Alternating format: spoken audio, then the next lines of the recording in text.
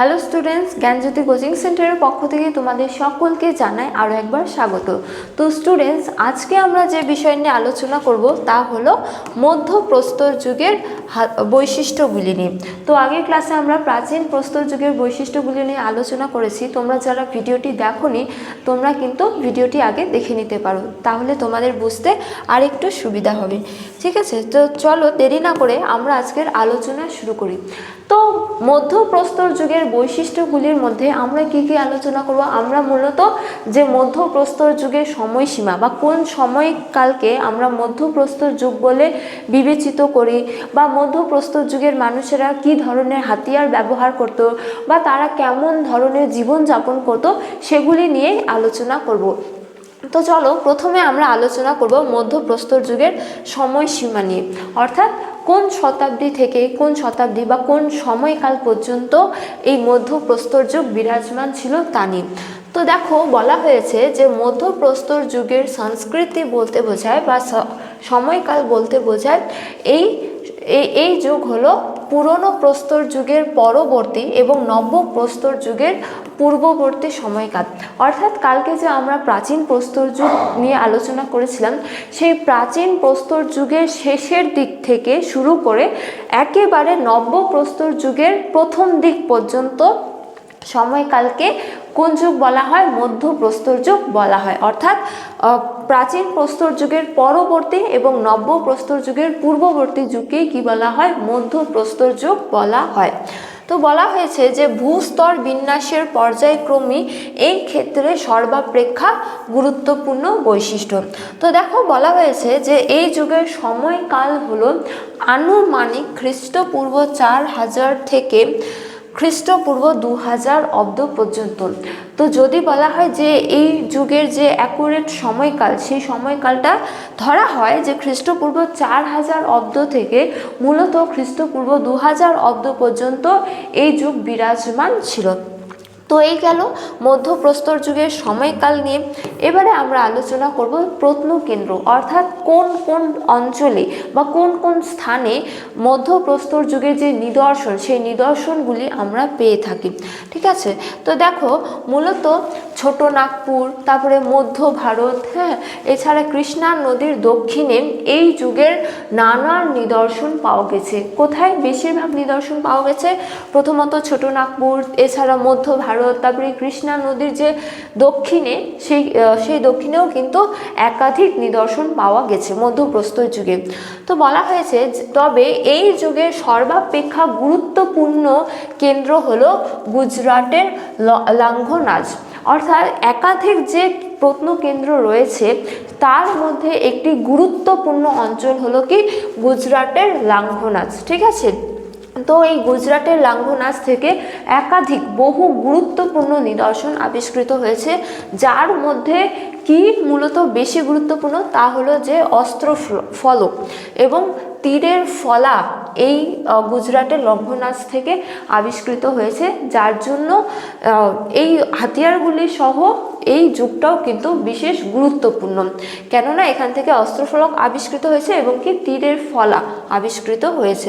তো বলা হয়েছে যে এছাড়া এই যুগের জনবসতিগুলো হলো যেই অঞ্চলে মানুষেরা বসবাস করতো আর কি এই যুগে, বা এই যুগের আরও একাধিক গুরুত্বপূর্ণ প্রত্নকেন্দ্র হলো রাজস্থানের ভিলওয়ারা জেলার বাগড়, ঠিক আছে, এবং বুধ পুষ্কর।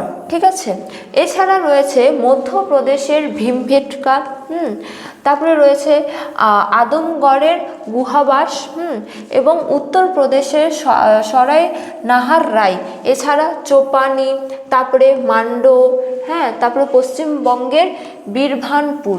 ঠিক আছে, এবং কর্ণাটকের সঙ্গনাকাল্লু এবং তামিলনাড়ুর তিনেভেল্লিতে কি হয়েছে? একাধিক যে নিদর্শন আবিষ্কৃত হয়েছে। যেমন দেখো, রাজস্থানের ভিলওয়ারা জেলায় যে বাগড় রয়েছে সেখানে কিন্তু একাধিক নিদর্শন আবিষ্কৃত হয়েছে। বুধ পুষ্কর থেকেও একাধিক নিদর্শন আবিষ্কৃত হয়েছে রাজস্থানের।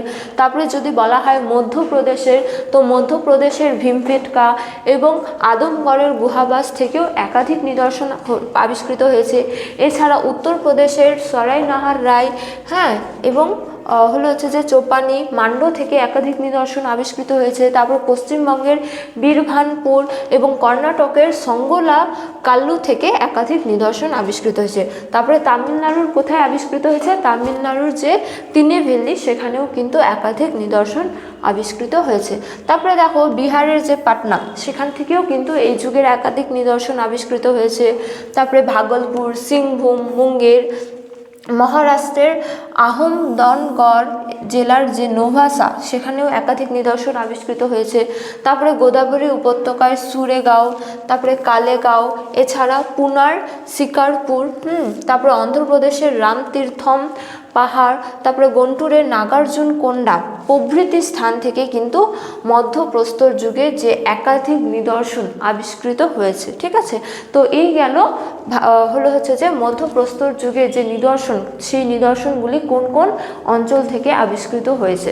তো বলা যায় যে ভারতবর্ষের কম বেশি প্রায় সকল স্থান থেকে কিন্তু মধ্যপ্রস্তর যুগের একাধিক নিদর্শন আবিষ্কৃত হয়েছে। তো এবারে আমরা আলোচনা করব এই যুগে মানুষেরা যে হাতিয়ার ব্যবহার করত সেই হাতিয়ারগুলি কেমন ছিল তা নিয়ে। তো দেখো প্রথমত বলা হয়েছে যে মধ্যপ্রস্তর যুগের হাতিয়ারের প্রধান বৈশিষ্ট্য হলো 1 থেকে 3 সেমি লম্বা ক্ষুদ্র পাথরের তৈরি হাতিয়ারের তৈরি এবং কি ব্যবহার। ঠিক আছে, তো এখানে 3 লেখা হয়নি, এখানে 3 হবে। 1 থেকে 3 সেমি লম্বা এবং ক্ষুদ্র পাথরের তৈরি হাতিয়ার তৈরি করা এবং কি ব্যবহার। ঠিক আছে, তো মানে এই যুগে হাতিয়ারের প্রধান বৈশিষ্ট্য হলো কি 1 সেমি থেকে 3 সেমি অর্থাৎ অতি ক্ষুদ্র হাতিয়ার তৈরি করা হতো পাথর দিয়ে এবং সেগুলি ব্যবহার করা হতো। তো হাতিয়ারের প্রধান বৈশিষ্ট্যই হলো কি ক্ষুদ্র ক্ষুদ্র হাতিয়ার ব্যবহার। ঠিক আছে, তো দেখো বলা হয়েছে যে চাপ পদ্ধতিতে ক্ষুদ্র ফলা তৈরি হতো যা থেকে ত্রিভুজাকৃতি, অর্ধচন্দ্রাকৃতি, তারপরে ট্রাপিজিয়াম আকৃতির আয়ুধ কি করা হতো, তৈরি করা হতো। মূলত একটি পাথর, সেই পাথরের উপর চাপ দিয়ে যে আস্তরণ বের হতো সেই আস্তরণগুলিকেই কি করা হতো, আস্তরণগুলি থেকে হাতিয়ার তৈরি করা হতো এবং সেগুলিতে কি ধরনের আকৃতি দেওয়া হতো, সেগুলিতে মূলত ত্রিভুজাকৃতি, তারপরে অর্ধচন্দ্রাকৃতি এবং কি ট্রাপিজিয়াম আকৃতির হাতিয়ার তৈরি করা হতো। ঠিক আছে, তো এছাড়াও বলা হয়েছে যে তুরপনের ফলাও ছিল এই যুগের অন্যতম এক হাতিয়ার। তারপরে বলা হয়েছে যে এই যুগে কিন্তু তীর জাতীয় হাতিয়ারও কিন্তু ব্যবহার করা হতো এবং এই তীর জাতীয় যে হাতিয়ারগুলি রয়েছে সেগুলিতে মূলত তারা কি বাঁশের বা কাঠের যে সরু অংশ সেটা লাগিয়ে তারা কি করতো, ব্যবহার করতো। ফলে আমরা কি বুঝতে পারলাম, এই যুগে হাতিয়ারগুলি থেকে এই যুগের হাতিয়ারগুলির অন্যতম প্রধান বৈশিষ্ট্য হলো প্রথমত যে হাতিয়ারগুলি অতি ক্ষুদ্র আকৃতির এবং সেগুলি প্রায় 1 থেকে 3 সেমির অন্তত। ঠিক আছে, এবং সেগুলি মূলত কি করে তৈরি করা হতো, পাথরের ওপর চাপ দিয়ে যে আস্তরণ বের হতো সেই আস্তরণ দিয়েই এই হাতিয়ারগুলি তৈরি করা হতো। এবং হাতিয়ারগুলির আকার কীরকম ছিল, হাতিয়ারগুলির আকার ছিল অর্ধচন্দ্রাকৃতি, ট্রাপিজিয়াম এবং কি ত্রিভুজাকৃতি। তো এই যুগে হাতিয়ারের মধ্যে অন্যতম হলো কি যে তীরের ফলা ইত্যাদি। তো এই গেল হাতিয়ার নিয়ে। এবারে আমরা আলোচনা করব যে এই যুগের মানুষের জীবিকা কী ছিল বা অর্থনীতি কী ছিল। ঠিক আছে, বা তারা কি ধরনের জীবনযাপন করত। তো দেখো প্রথমে বলা হয়েছে যে মধ্যপ্রস্তর যুগের মানুষের চাষের কোনো প্রত্যক্ষ প্রমাণ পাওয়া যায়নি, কিন্তু পেশায় বা বাটনা প্রভৃতি কাজে ব্যবহৃত আয়ুধের উপস্থিতি তার প্রমাণ। ঠিক আছে, তো বলা হয়েছে যে এই যুগের মানুষেরা চাষ করতো কিনা বা শস্য উৎপাদন করতো কিনা তার কিন্তু কোনো নিদর্শন পাওয়া যায়নি। ঠিক আছে, কিন্তু যে শস্য ভাঙার বা যে যন্ত্র তা কিন্তু আবিষ্কৃত হয়েছে, যেমন পেশায় বা বাটনা এই ধরনের কিন্তু যে যন্ত্র বলো সেগুলি কিন্তু আবিষ্কৃত হয়েছে। ফলে এই যুগে মানুষেরা শস্য উৎপাদন করতে জানতো কিনা তা নিয়ে কিন্তু এক মতবিরোধ রয়েছে। ঠিক আছে, তবে দেখো যে বলা হয়েছে এই যুগেই উত্তরপ্রদেশের সারাই নাহার রায় প্রত্নকেন্দ্রে জাতা এবং কি হামন দিস্তা আবিষ্কৃত হয়েছে। তো এর থেকে অনুমান করা যায় যে তারা নিশ্চয়ই কোনো না কোনো ধরনের শস্য উৎপাদন করতো, না হলে তারা এই ধরনের যন্ত্র কিভাবে ব্যবহার করত। তবে শস্য উৎপাদন করতো কিনা এই নিয়ে আবার কোনো প্রমাণ পাওয়া যায়নি। ঠিক আছে, তো বলা হয়েছে যে নর্মদা উপত্যকার আদমগড় প্রত্নকেন্দ্র থেকে 2500 মাইক্রোলিথ এবং কুকুর, গরু, বাছুর, মোষ, ভেড়া, শূকর, ছাগল প্রভৃতি গৃহপালিত পশুর হচ্ছে যে পরিচয় পাওয়া গেছে। ঠিক আছে, অর্থাৎ এই যুগে মানুষেরা পশুকে পোষ মানাতে শিখেছিল। প্রাচীন প্রস্তর যুগের মানুষেরা পশুকে পোষ মানাতে শিখেনি, কিন্তু মধ্যপ্রস্তর যুগের মানুষেরা পশুকে পোষ মানতে শিখেছিল। এবং তারা পশুর মধ্যে কোন কোন পশুকে পোষ মেনেছিল, তারা মূলত কুকুর, গরু, বাছুর, তারপরে মোষ, ভেড়া, শূকর এবং ছাগলকে পোষ মানাতে শিখেছিল। দেখো, এরপর বলা হয়েছে যে উত্তরপ্রদেশের দমদমা প্রভৃতি কেন্দ্র থেকে কঙ্কাল সহ কবরের সন্ধান পাওয়া গেছে, যা থেকে বোঝা যায় কবরগুলি ডিম্বাকৃতি। এবং কি বলা হয়েছে যে মৃতের শরীর কবরে শোয়ানোর আগে ধূসর বা কালো ঝুড়ে মাটি ছড়িয়ে দেওয়া হতো এবং সেই সঙ্গে হাড় দিয়ে তৈরি গয়না, ব্যবহৃত জিনিসপত্র, তারপর পোষ্য প্রাণীকেও কিন্তু কবর দেওয়া হতো। অর্থাৎ এই যুগে মানুষেরা শস্য উৎপাদন করতে জানতো কিনা প্রথমত তা নিয়ে তো মতবিরোধ রয়েছে, কিন্তু এই যুগে মানুষেরা পশুকে পোষ মানাতেও শিখেছিল। তবে এই যুগে মানুষের আরেকটি জীবনযাপনের অন্যতম বৈশিষ্ট্য হলো যে এই যুগে মানুষেরা মৃতদেহকে কবর দিতে শিখেছিল বা মৃতদেহকে কবর দিত। এবং কবর দেওয়ার পূর্বে তারা মূলত কি করত, ধূসর বা কালো মাটি ছিটাতো আর কি। এবং সেই সঙ্গে যে হাড়ের তৈরি গহনা বা সেই মানুষটি যেই পশুকে পোষ মেনেছিল তাকেও কিন্তু তার সঙ্গে কি করা হতো, কবর দেওয়া হতো। তো এ থেকে কি বোঝা যায় যে মৃত্যু পরবর্তী জীবনকে মানুষ কি করত, বিশ্বাস করত। এবং এই যুগের মানুষ সংগৃহীত বন্য শস্য দানা, ফলমূলের পাশাপাশি গরু, ছাগল, ভেড়া, হরিণ, শূকরেরও মাংস খেত। ঠিক আছে, অর্থাৎ তারা যে পশুগুলিকে পোষ মেনেছিল তারা কিন্তু তাদেরও কখনো কখনো ভক্ষণ করত। অর্থাৎ এই যুগের অর্থনীতি পশু শিকার এবং পশুকে পোষ মানানো পর্যন্ত পৌঁছেছিল। ঠিক আছে, তো এই গেল মধ্যপ্রস্তর যুগের মানুষের জীবনযাপন নিয়ে। এই জীবনযাপনের মধ্যে কি বলা হয়েছে যে তারা পশু শিকার থেকে মূলত পশুকে পোষ মানানো পর্যন্ত পরিস্থিতিতে পৌঁছেছিল। এর পাশাপাশি তারা মৃতদেহকে কবরও দিতে শিখেছিল। তো এই গেল তাদের জীবনযাপন সম্পর্কে। এবারে আমরা আলোচনা করব শিল্প। তো এক্ষেত্রে বলা হয়েছে, দেখো যে মধ্যপ্রস্তর যুগের মানুষ জীবিকার জন্য কিছুটা মানসিক পরিতৃপ্তি লাভের জন্য বেশ কিছু শিল্পকর্ম রেখে গেছে, যা প্রকাশ পেয়েছে তাদের তৈরি হাতিয়ার, চিত্রকলা, বিশেষত গুহা চিত্রের মধ্যে। বা বলা যায় যে এই যুগের মানুষেরা তাদের দৈনন্দিন জীবনযাপনের পাশাপাশি কিন্তু তাদের নিজের মনোরঞ্জনের জন্য কখনো হাতিয়ার তৈরি করতো, কখনো চিত্রকলা করতো। বিশেষ করে তারা কি করতো, গুহা চিত্র করত। ঠিক আছে, তো বলা হচ্ছে দেখো যে এই যে গুহা চিত্র এর মধ্যে অন্যতম নিদর্শন হলো কি ভীমবেটকা। ঠিক আছে, দেখো বলা হয়েছে যে ভীমবেটকার প্রাপ্ত গুহা চিত্রগুলি আমাদের বিস্ময়ের উদ্রেক করে।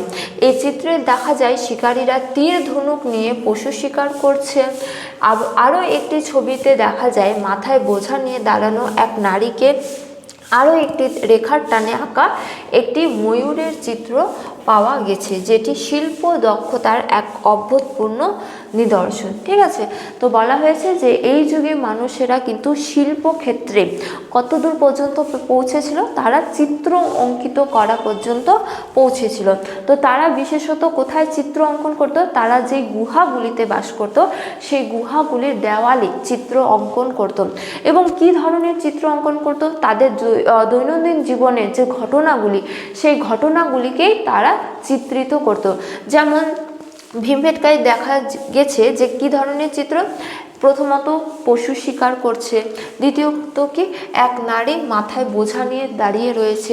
এছাড়া তৃতীয় চিত্র আমরা কিসে দেখতে পারি, ময়ূরের চিত্র। ঠিক আছে, অর্থাৎ তারা যে দৈনন্দিন জীবনে যে সমস্ত কার্যক্রমে ব্যস্ত থাকতো তারা কিন্তু সেগুলিকেই বিশেষত চিত্রিত করত, যা তাদের শিল্প দক্ষতার কিন্তু পরিচয় দেয়।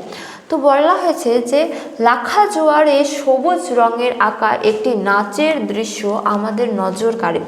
এছাড়াও কি নাচের দৃশ্য আমাদের কি করে, বিস্ময় করে তোলে, যে তাদেরও সময়কালে কিন্তু যে নাচ গান, সেই নাচেরও কিন্তু কিছুটা হলেও প্রাধান্য ছিল।